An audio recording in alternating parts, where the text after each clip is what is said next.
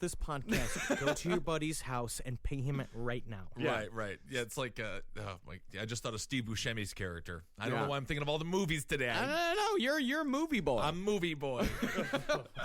and Billy Madison. Call up your friend or make sure that you're good with everybody in the world because you never know when one of your friends is a serial killer and you want to be safe on his list. So he's still keyed up, and he also realizes that there is one person in this world that's going to miss his mother, her best friend, Sally Hallett. So he calls her up. He invites her over for a surprise dinner with his mother, and when she arrives, the first thing she said was, "Let's sit down. I'm dead." Really? Yeah. Wow, I didn't know he that. hits her with a brick, strangles her first with his hands, and then uses the same scarf that he had used to kill Aiko Ku. And he did it with such force that he broke her neck. He later recalled, "I had broken her neck, and her head was just wobbling around with the bones of her neck. Skin sack of her neck, so..." Skin sack. Skin sacks of the neck. Oh, man. So he placed Sally's body in his bed and spent his night in his mother's room. The Did next he play morning... beer pong with her butthole or anything like that? He's already got the dart game going with his mother's head. Please, beer pong. He was playing it like a wine glass. Oh, I see.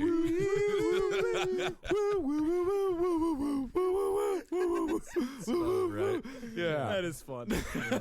So the next morning, he leaves in Hallett's car, but not without leaving a note for the police on his mother's bloody mattress. It read, Approximately 5:15 a.m. Saturday. No need for her to suffer anymore at the hands of this horrible, murderous butcher. It was quick, asleep, the way I wanted it. Not sloppy and incomplete, gents. Just a lack of time.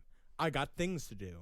He's very busy, yeah. I got things to do, and that was 2 exclamation points after that. Wow. Yeah, it kind of sounds like a text message from you, Ben. G2T. Yeah. Got to. Yeah. So Kemper drives for 3 days straight. He eventually, and he's been popping bennies this entire time, popping trucker speed.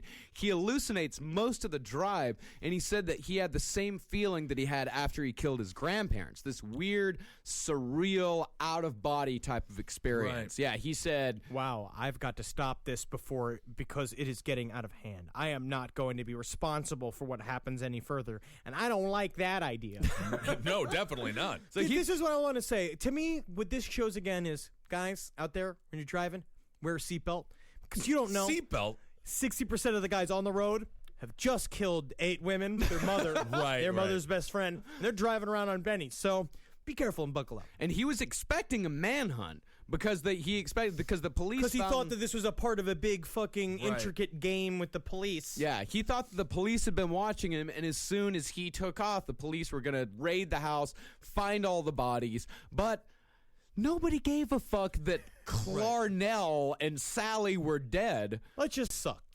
I mean, nobody seems to care about a lot of people here. But on the other hand, most people who knew Clarnell, like she was very popular. No, she was very good at what she was good at her job. She so- had a distinct problem with men and with Eddie in general. Yeah. And I think it's because he was a co-ed butcher. Yeah, that'll do it's it. because he was a bit of a bastard. So 3 days went by. He heard no word on the radio of anyone finding the bodies. He stopped in Pueblo, Colorado, called up the Santa Cruz PD to confess to the killings. It took him several calls to convince him that he was serious. They told him to call back. Call back. I just killed 8 women. Okay. I know. But the thing is, we're waiting. The buzzer's broken outside of the station. We've ordered a couple of pizzas. We're having a bit of a pizza party. It's Marty's birthday, so if you could just wait, we need to keep these lines open. Yeah. And he was so well liked and so well known by the police department, they thought that he was drunk. Like, it took him several calls because he knew these detectives by name. He knew who was on the case. Right. He's like, yeah, I need to talk to Sturgill. And they called up Detective Sturgill. He's like, hey, listen, I got to tell you, I just killed my mother and her friend, and I'm also the co-ed killer. And they were like, they're so used to him being a bumblebutt around the bar because he said that was a carefully crafted persona that he had with them. Yeah, it really was. He was just kind of a goof. Right. He was a police groupie, as they called him. And then he was just a harmless eccentric that was just, Pain in the ass. The guy would buy you a beer and you'd jaw your ear off and he'd fucking put bad songs on the jukebox. Yeah. He's the guy that when you're out drinking, when he shows up and you're sober, you're like, fuck, Kemper, okay, I guess. And then after you have like 5 beers, he's your a best funny friend. guy, He's your best friend. Yeah. Right. So he said that he had gone all the way to Pueblo. It was because- weird that one time we all got together that one night and he raped that head of lettuce. Oh yeah. That was funny though. I It was kind of funny. That It was a funny. good time. We'd had a lot of Jaeger that You remember- night, so you I just remember, kinda Henry? dismissed it. Yeah, you remember you ate it afterwards. I had to. Yeah. We called it an Eddie salad. Yeah, he said that he went all the way to Pueblo because he said he was afraid if he went straight to the local police department, they would shoot first and ask questions later, and he was, quote, terrified of violence. Yeah, fucking pussy. Yeah. Oh. So, and I really do think that if Ed hadn't turned himself in and hadn't killed his mother, very likely he could have reached Bundy numbers. But once he Sure. killed his mom, it was all done. Well, he was, as we said in the first episode, he was a displacement killer. He couldn't Right. kill his mother, so he killed the next best thing, the women that his mother wouldn't let him meet. But after he was caught, he said multiple times, if I was on the street, I'd kill again. Yeah, He said it. He went out and said it, which everyone yeah. else is. That's where I would say he's the only honest thing he said. Yeah. Where all the other killers would be like, Dahmer found Christ and everyone knows stuff. Where it's just like he knows. He knows exactly what Yeah. he is. It's interesting. It's almost like a horror movie in the way that they found what he found what was cursing him this whole time. His mother. It's like when you find the bones and you have to put him in the curse. But there's a He killed his sequel mother. contract that Right. forces you to make more after you make the awesome ending of the first one. Right, Yeah. right. So Kemper pleaded not guilty by reason of insanity, but 3 different court psychiatrists declared him to be sane. This is very interesting. Kemper, his diagnosis has been used since then as the standard for what legal insanity is, i.e., by reason of disease or defect, the defendant did not know what he was doing was wrong. Yeah. So that's still used to this day as far as the insanity defense goes. And when they asked him what he thought was a fitting punishment, he said, "You know what? I've been thinking about this moment from childhood." He told the judge that he ought to be tortured to death. But the death penalty at the time was suspended nationwide, and he was sentenced to life in prison. Spent a short stint in the California Medical Facility in Vacaville, California, and here he met up with his nemesis, his only competition, Herbert Mullen. God, Herbert! This would have been a fun time. Gas chamber. Yeah. His favorite childhood game. That's true. That's true. Yeah, so he killed 13. He believed that he was trying to prevent an earthquake. Yeah. And Kemper said he was just a cold-blooded killer, killing everybody he saw for no good reason. All right? You're a no-class killer, I'd say. Yeah. That's what he yelled at her. Yeah, he's like, "You're not," and he would tease her. He would call him Herbie because Herbert hated it. Because Herbert had a high habit of singing in a high-pitched, squeaky voice while people were watching TV. Yeah. It was just like, bunch of idiots watching the TV. What are you gonna do? What are you gonna do about it? It's the real odd couple. I love it. Oh yeah. So finally, like Kemper got sick of it, and he got into the habit of throwing water on like a cat, like you would a cat. Right. He would throw water on him, and then he said when he was a good boy, I'd give him peanuts. He that's said kinda that, yeah, nice. he said that was effective because pretty soon Herbie would actually ask permission to sing. He I fucking- trained this man like a cat. What Or a an dog. annoying room of life. It is It's like- just like it's like that's the thing is you can see this context of just being Right. like a group of just fucktards that are just the worst dudes to hang out with. Yeah, there's one guy just saying like, And you got a bumblebutt just going like, "Shut up, parrot! Yeah, it's a Throwing peanut, you peanuts at parrot." him. Meanwhile, you're just a rapist trying to calmly watch some baseball. Right. And It's you're like- just sitting there, just guys. Yeah, Yeah. It's like grumpier old men or grumpy old men, but just in prison. Some Yeah. classy art thief who's forced to be dealing with it, who's just being like, Yeah. "Where is in my tea? I remember when I stole the Mona Lisa from the Louvre, and now I'm here. Oh, fate, cruel, torturous fate." Yeah, they're just so dumb. They're all so stupid. yeah, he said that it, quote, stuck in his craw that Kemper got 8 out of 8 counts of first-degree murder, while Mullen only got 2 out of 13 counts of first-degree murder. But he followed up by saying, "I guess it's kind of hilarious, righteously talking like that after what I've done." Right? Yeah, that is hilarious. it is hilarious. That's is all funny. part of Ed Kemper's thing. He believes himself to be special. Yes. like Obviously, yeah. he believes himself to be special. His Well, crimes are very personal, yes, and they were, and he there's felt that and he he believes had a. there's reason. Yes, and he believed that they had he was a man of reasons, and he believed that they had special connections. Him and the corpses had a special connection. I mean, it was all in loser talk because it was all like staring at the girl who comes into the 7-Eleven while you work at the cashier all day, just being like, I know we could be together. She just gave me a chance and I could show her all the delicious, spicy Dorito curls. All right, just the bubblicious for you again today? Okay. I love you, Becky. There's more customers behind you. Did I say it out loud, or was I just thinking it? I love you, babe. I love you. She won't give me a chance.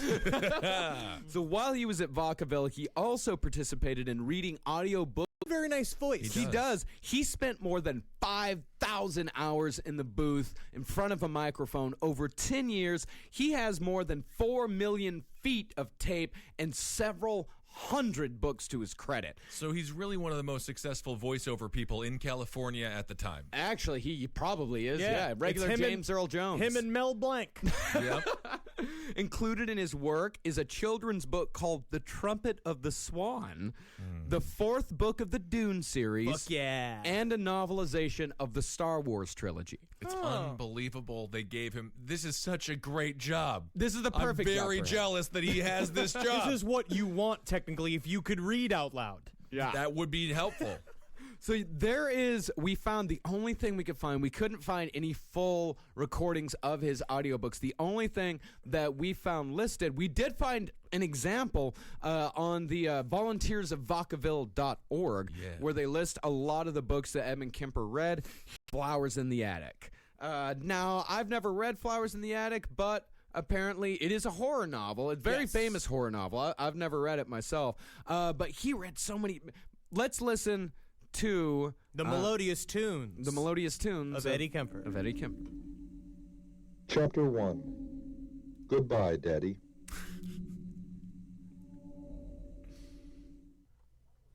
Truly, when I was very young, way back in the 50s, I believed all of life would be like one long and perfect summer day. After all, it did start out that way. There's not much I can say about our earliest childhood except that it was very good, and for that, I should be everlastingly grateful. We weren't rich, we weren't poor. If we lacked some necessity, I couldn't name it. If we had luxuries, I couldn't name those either, without comparing what we had to what others had, and nobody had more or less in our middle-class neighborhood. In other words, short and simple, we were just ordinary run-of-the-mill children. Cool. Paragraph 1. Flowers Goodbye, in the Attic. Daddy. I love it. I love it.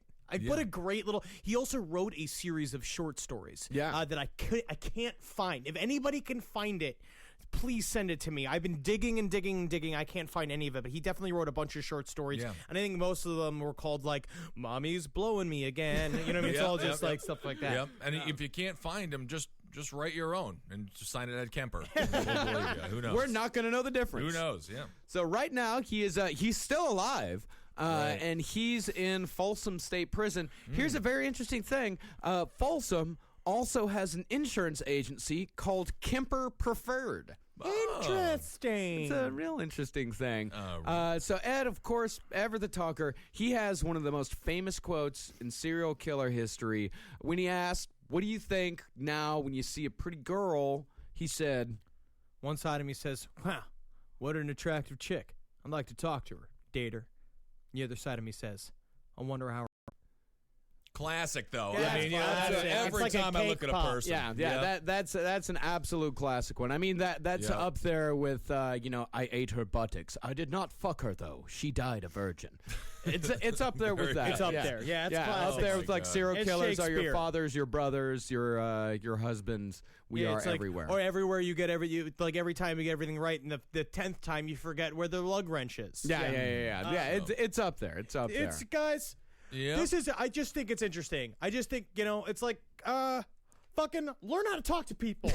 Well, I mean, you know how to talk to Don't people. be a big fucking bumblebutt. But if you're that's- ever described as a bumblebutt, seek to change it. Yeah, I mean, unless it's really funny and people love you because of your bumble butt. Yeah. There's plenty of lovable bumblebutts out there. We got 3 right here. We're They all call us a couple of bumblebutts. bumblebutts. A trio of bumblebutts. Uh-huh. That's what we are. A confederacy of bumblebutts. How's that? I love it.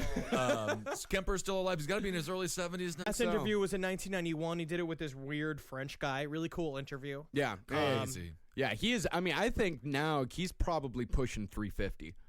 Oh, he's a big. yeah. He's a big one. You don't eat very healthy in jail. Yeah, all or that in porridge. prison. Yeah, he's gigantic. But yeah, that's Ed Kemper part 2. Yeah, we really wrapped that one up, man. Jesus Christ. What a tale. Yeah. So again, don't hitchhike. If someone says put on the handcuffs, don't do it unless it's a really saucy BDSM situation Let and you guys them are kill friends. you. Yeah, let them kill you quick. Make them kill you quick. Or fight back and don't die. Yeah, figure out a way. Yeah. Figure out a way. All right, everyone. Thank you so much. So for glad listening. I'm normal. This is Yeah. one of those listeners. Yeah. I mean, honestly, always with the big hitters, the brains of these guys. I am not envious. No one's envious of them, but it is just it's an awful existence for everybody. Yes. It really is. Hail Satan, thank you for your gifts. I've used magic this week and it has helped me. Shout out to the person who gave you the drawing, Henry. An amazing Brittany. Gacy drawing. It's that painting is amazing. It gave me true magic power. It is Yes. up in my bedroom right now, and it will scare whatever human ends up in there. You made him lonely for another 3 months, but that painting's going to last a lifetime. Yes. So that's amazing. And we've also got to give a shout out to Lisa Willis. Lisa Willis for a very generous donation. Thank you so much. That really, really, really helps us out a lot right now. You're the best, Lisa. Yeah. You're the absolute best. Yes. Yeah. And I Thank you. will see you soon. And thank you so much for listening. Thank you, Miss Lisa Willis. And if you guys want to donate, if you donate $25 or more, you get a free Last Podcast on the Left t-shirt. Go to cavecomedyradio.com/Last Podcast on the Left. To do that, $25 domestic, $40 international. Be sure to go to iTunes, rate and review. That's really helping us out a lot. Follow us on Twitter, LP on the Left. We've gained quite a few followers there right now. We're posting all kinds of great shit on there. Join the Facebook group and live show on, let's see here. 28th, I believe. I believe it's the 28th. Yes, live show on Saturday, March 28th, here at the Creek in the Cave, 1093 Jackson Avenue in Long Island City, New York, off the G train, off the 7 train, off the E train. We're going to be starting at 10 p.m. It's going to be a fucking amazing live show this month. I'm very excited. It's going to be a about ripper it. and a dumper. Ripper and a dumper. Both of those. And Heil Geen, ladies and gentlemen. Heil me! Now! Do it now! Have I done a hail yourselves? If we Yeah, haven't that's a done good that idea. yet? That's a good And a magustulations to everyone. Oh, yeah. Every single one of you. For more shows like the one you just listened to, go to cavecomedyradio.com.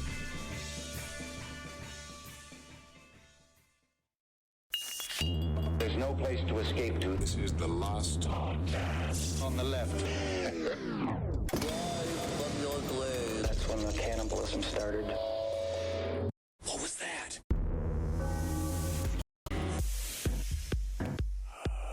You're out there. You're packing up your car there. Where are you going with the family? Oh, that's funny. You're going to IKEA? That's so weird because I haven't been to IKEA in years. Oh, yeah. I keep it real local. You know what I'm saying? Real local. Where are you going after that? Are you going to Pier 1? That sounds silly to me. Couldn't caught me dead in Pier 1.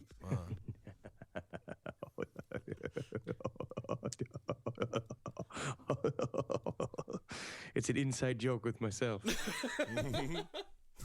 Well, you have fun now. Any of you sick? Any of you not feeling too good? You sure? Your mother's looking kind of big. She's not feeling too sick? Well, I'll be seeing you. Oh, I'll babysit anytime, don't you worry. All right, you betcha. Oh, that's I'll be great. seeing. That's perfect. That's your impression of a Wisconsin conversation, and that is a perfect example of what it is to live in Wisconsin. Wow. Okay. Just constantly asking people if they're Yeah. going to IKEA because you've got a Absolutely. house full of fucking human skin placemats. It's the only kind. All right. Welcome to the show. I'm Ben Kissel. That's Marcus Parks, all the way from beautiful Toronto. Oh my God, am I excited for today's episode. It's Ed Gein Day. It's Ed Gein Day. Put your hands together because it's Ed Gein Day. If you're a big fat man, I want you to slap your titties against your belly. Do that. If you're a sexy woman, I want you to slap your tits against your belly. Yeah. Because Ed Gein always wished he could have done that. Ed Gein, we're going all the way to beautiful Wisconsin. Plainfield, we'll be talking about that. That's 20 minutes outside of where I grew up in the wonderful Stevens Point. Oh, well, let's hear Now, how... Ben, honestly, this is the only time in which anything that you remotely know innately can be used. That's correct. That's correct.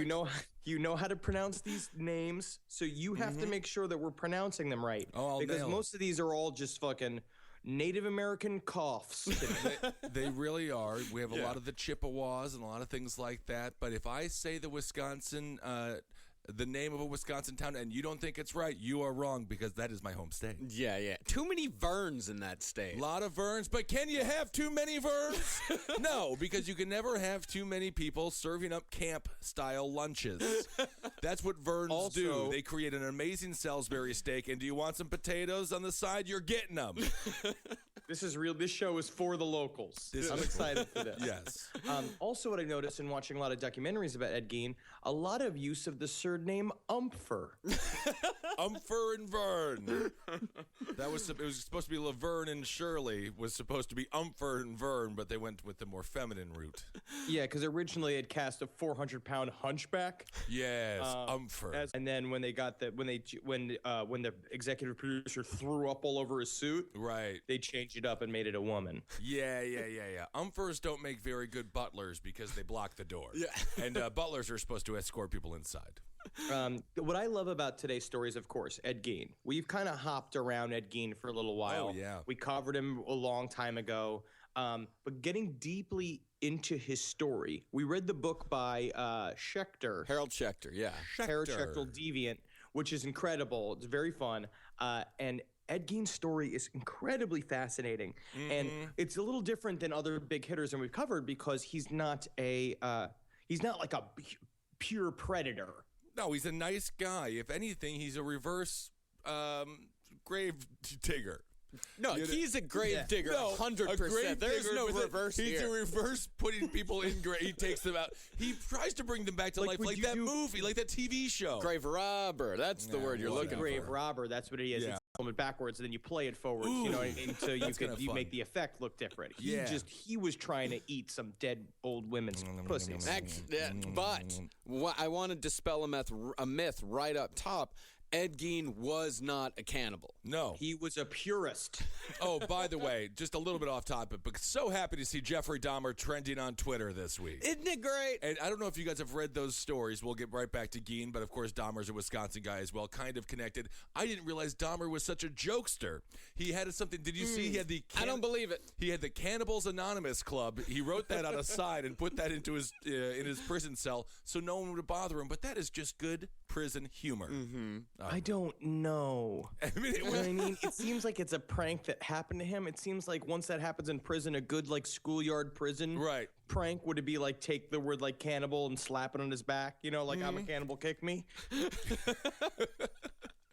I think he was a target. Well, Wisconsinites are full of joy, full of laughter, and full of humor, and always smiling. But one more thing, literally always smiling because he had a fucking mental defect. Oh, Literally come on, could leave not him alone. smile. He had a nice hat.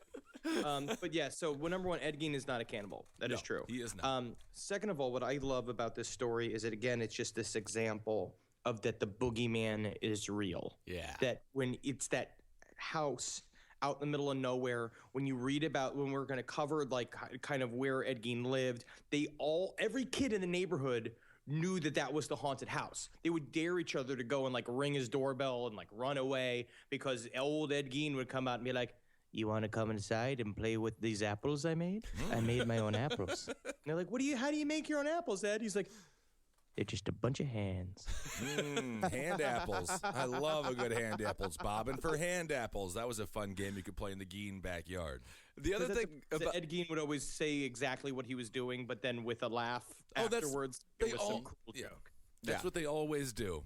Oh, yeah, man. And the other thing about this body count of any heavy hitter besides O.J. Simpson, this guy only had 2 murders, possibly 3 under his belt over a period of, I would say, 6 years, somewhere around there. But let's get... Got an A for effort. You know what I mean? Because when you're your own Martha Stewart, that's something special. She runs an empire. Today you know what I we're gonna mean? be- But most of his stuff was stuff he could stick his dick through, and so he could pretend he had a vagina. So if you have some super glue and some scissors around, all you need to do is find yourself 15 human nipples. And today on Martha Stewart, we're going to be making a human nipple belt. So stick around. Martha, it seems like the biggest problem with the craft is getting all the nipples. Yes. Yes, it's not easy. Today's episode isn't as simple as making a cake. So we're gonna have to rob graves or kill women to get these nipples. Bob, feel your chest right now. Yeah. No, you have no nipples. I stole them from you. The whole how good I am. So all right. So sit back in your chair made out of straps from fucking dead little girl. No dead little girl. Please No. don't have a chair made of dead little girls. Get yourself a bowl that's made from the thumb Okay. bones of a homeless man. Stuff it full of sweet Wisconsin Jamaican grain. Wisconsin. Put it in your head, and we're getting on a rickety old Ford driving down to Plainsfield, Wisconsin. Plainfield, yeah. All right, we're gonna start off with a reading from Harold Schechter's Deviant to really set the scene of what Plainfield, Wisconsin was like in the 1950s. For the most part, Wisconsin is a beautiful state, a lush, sprawling park, an endless expanse of bright green meadows and thickly wooded hills. It's not until you cross over into the South Central Plain area, 60 or so miles north of the capital, that you feel you've suddenly entered a different and far less hospitable world. The landscape seems bleak and ungiving. The grass looks parched. The sky, even on a perfect spring day, presses down on you, and the soil is a faded pink, the same sickly color that the makers of children's crayons used to call flesh. To some Wisconsinites, this flat and infertile section of the state is known as sand country. Others call it Wisconsin's Great Dead Heart. Well, now that's a little over dramatic, because really, it's the heartland of America. It's the Great Dead Heart, Ben. Oh, okay. You come from the Great Dead Heart of Wisconsin. Huh? I didn't know that. We always pretend Yeah, and like it it was somehow alive. traveled to the great dead heart of Ben Kissel. Huh? Isn't that something exciting? People like to go there. Can I ask real quick, have you ever been to Plainfield? Yeah, we used to go try to find his grave, but at that point, this was, mid 90s, late 90s. It had already been so destroyed that they had just taken it away already at that point. And I think it's in some museum now somewhere. Cool. Well, the hometown of Ed Gein exemplify the so-called Great Dead Heart of Wisconsin. And in Yes. fact, the state guidebook at the time characterized the town simply as just nondescript. Right. Oh, I love to go to a nondescript place. I also for a love- vacation and I put paper bags on me and my family's heads, so it's all totally anonymous. And then all we do is drink water, and we stay there for about 4 hours, and then we leave. That's literally what you would have to do in Plainfield, Wisconsin. I love the idea of the Wisconsin guide, like there's some family going on a Wisconsin road trip. Oh, let's check out Plainfield. What's that all about? Well, it says here it's got a mailbox, and it's got a guy who can. Oh, look at that! He can fart when you point at him. Oh, isn't that something? That seems to be most town folks around that area. Gotcha. That'll be a nickel. That's a nickel. And a nickel goes far. Well, the population in Plainfield never rose above 800. Most of the residents were just poor, struggling farmers. Even the name of the local body of water seemed to confirm this bare, hopeless nature. The settlers called it Sand. Showed that they didn't understand water. Yeah, that's the thing. I think they thought sand was water. They wanted to call it Water Lake, but they just got it all wrong. No. We can't be calling it Water Lake. That's redundant. All right? Yeah. We got to call it something fun like Dirt Lake or Sand Lake. But despite it being a barren and miserable place, it was still a close-knit, very prideful community, the kind of place where you'd have your annual Christmas pageants, your potluck dinners, Yeah. big events attended by the entire town, including Ed Gein. So the Gein family, let's go way back and start with the patriarch of the Gein family. Let's start with George Gein, Ed's father. Now, everybody knows that every good serial killer starts with a really strong father figure. Oh, Somebody who absolutely. really fucking guides their life and helps them. A good, healthy family structure that he encourages education and, assimilation into society. Oh, of course. Well, Ed, George's entire family died George was only 3 years old. They all died in a flash flood. They legitimately were just going into a town on a cart, and it literally just started raining, and they just watched the water come. Yeah, I just think that what it comes down to is that the Geens just wanted to go. I think that's true. And when you say flash flood, yeah, everything is slow in Wisconsin. It's coming. Oh, yeah. Oh, look at that there, that Betty is- Jean. It's funny how it's like, it's getting higher. It's higher. It's What you doing to getting higher like that? mean, Hey, we've been- Betty Jean, why don't you go check and see if it's actually getting higher or if I just might. I got water on my glasses from when I was sucking out of the ravine. yeah. Well, George grew up to be an utterly insignificant man, a drunk prone to bouts of anger and self-pity. And then there was the love of Ed's life, his mother, Augusta. I gotta say this, even just him describing Augusta, I kind of fell in love with her. Oh, Augusta's amazing. She's close pounds of Gotta pure muscle, tits like the front of a battleship, Oh yeah. a face like Ernest Borgnine if he was also half cigar. No.